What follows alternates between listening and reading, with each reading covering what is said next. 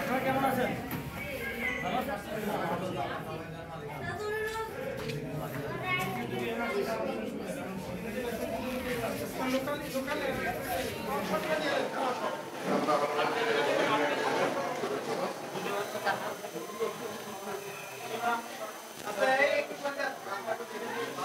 অবৈধ দখল তো আছেই, এছাড়াও বিগত সরকারের অনেকগুলো অপরিকল্পিত উন্নয়ন প্রকল্প, যেগুলো খালের উপর দিয়ে রাস্তা গেছে কিন্তু কোনো কালভার্ট তারা রাখেনি।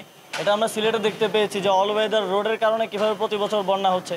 তো আমরা গতকালকে ক্যাবিনেট মিটিংয়ে এই বিষয়ে একটি সিদ্ধান্ত হয়েছে, আলোচনা হয়েছে যে যেই জায়গায় রাস্তা ক্ষতিগ্রস্ত হবে এবং যেই জায়গায় মনে হবে যে পানির প্রবাহের ক্ষেত্রে স্বাভাবিক প্রবাহের ক্ষেত্রে বাধার সৃষ্টি হচ্ছে, সেখানে নতুন করে কালভার্ট তৈরি করা হবে এবং সাস্টেইনেবল ডেভেলপমেন্টের দিকে আমরা যাব অবকাঠামোগত দিক থেকে।